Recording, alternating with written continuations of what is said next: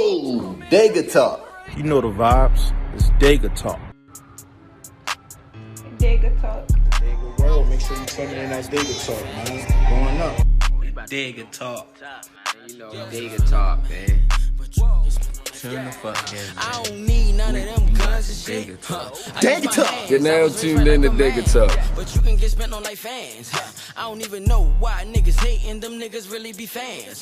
They like Mac doing this rap shit. Oh, why the fuck I can't? You got be gad as niggas. You niggas supposed to be dogs. You wasn't raised right. You a follower. That's why you fraud. All on Instagram posting guns and money like you hard. That's why you hard. But nigga, I ain't here. Nigga, go chase the paper. I told you niggas I was next up. Flow sick, need a tag up. I was raised around a couple hustlers, and none of them niggas was busters. Thought you gon' play with me, nigga, and get away. You got me fucked up. These bitches be treating you. What's good, man? Boot from the North, you feel me? And man, I got my guest here with me, Spazzthegreat. Got my co-host, Ant Green. And you're now tuned in to Dega Talk. So we gonna get it started, you feel me? So the one thing that I was really noticing is I had to stop these guys, you feel me, before we actually started shooting because some of the conversations was mad juicy.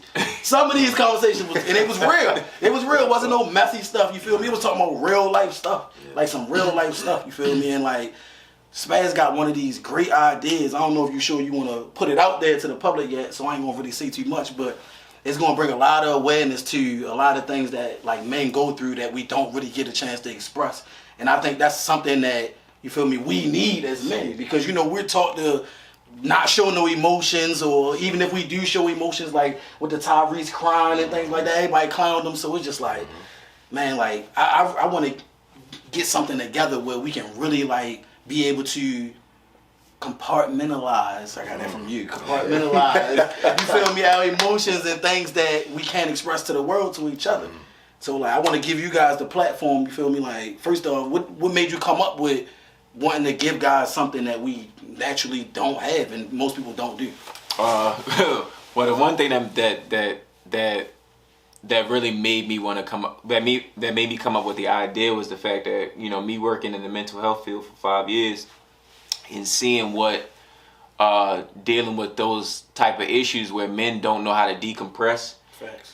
And they have so much shit cooped up inside them, what it can do to them ultimately. You know what I'm saying? Like, everybody has a breaking point. Everybody has, you know, has that bar. You know, once they get to there, it's hard to bring them back down from that point. Right. You know what I'm saying? So what I want to do is I want to provide shock value by bringing the darker side of it to people to make them understand. Like, listen, we understand the idea of positivity, but we also want to let you know that this shit does get really, really bad. Yeah, you know what I'm saying? I want to show people, like, yo, there is a dark side of this shit that nobody's paying attention to. And I want to bring it to your face. I want to bring it to your doorstep. You know what I'm saying? So when you open this video up, you know, I want people to be prepared to see some shit that's going to hurt. But that's the purpose of it. I want you to understand, you know, the same hurt that we go through. You know? And definitely, and it's reality. You get what I'm saying? And there's definitely some things that we need. I know I talk to you all the time about this, bro. We talk about this all the time. But before we get too involved, you feel me? On Dega Talk, we do something special for our guests. Okay. You get what I'm saying? And this is our first episode, and it wouldn't be right if we didn't rock it off the right way. So can you hand me them two things over there, my guy? Yes, so you feel me? Like, roll, please. So we're gonna present my guy with, you know, two gifts. You get what I'm saying? Appreciate you, my good He got brother. a Dega boy hat. You feel me? Shout out to Dega World. You know, that's a really nice Dega boy hat. You feel me? Had to get the purple for the Ravens. You get what I'm saying?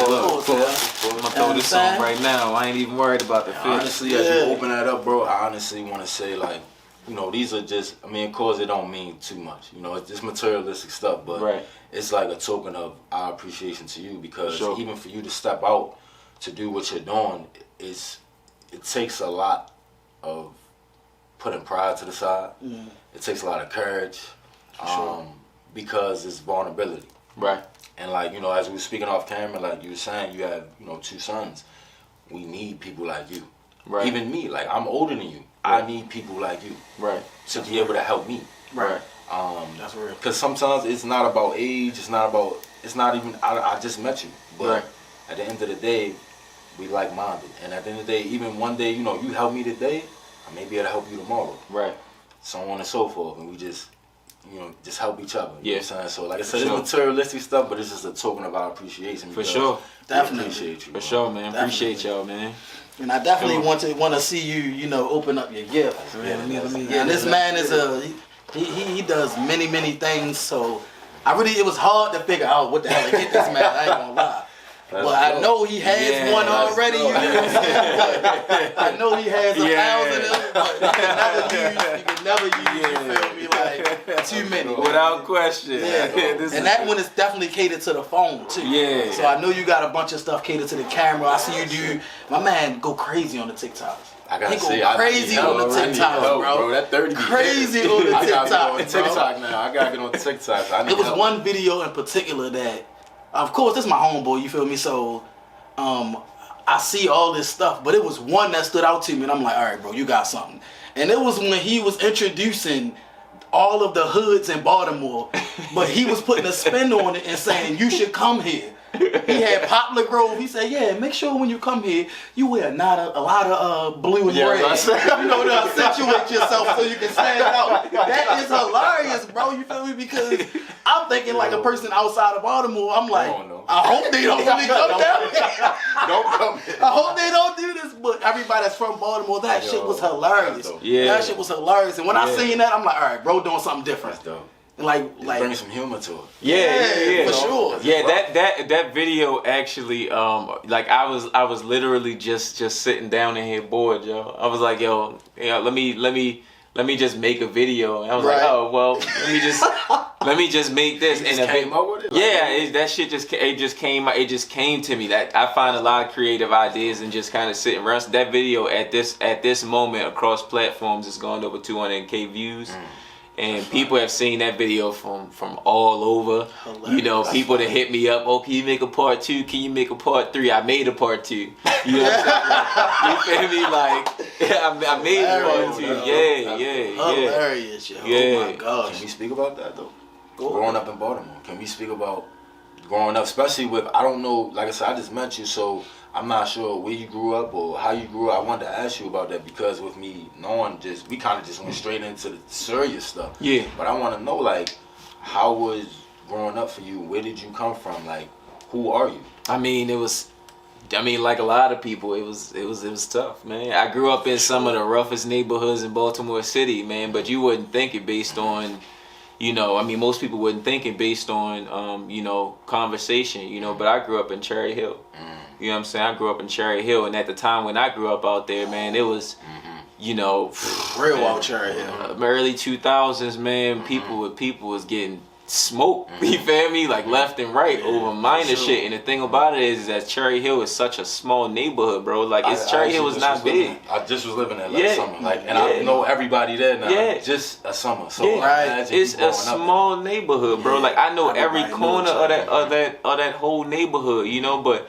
I moved from there, up Park Heights, back out Cherry Hill. I lived down the hill, you know what I'm saying, off of Monument. It ain't get no better, Park Heights. Yeah. You feel me? Where like you at in Park Heights?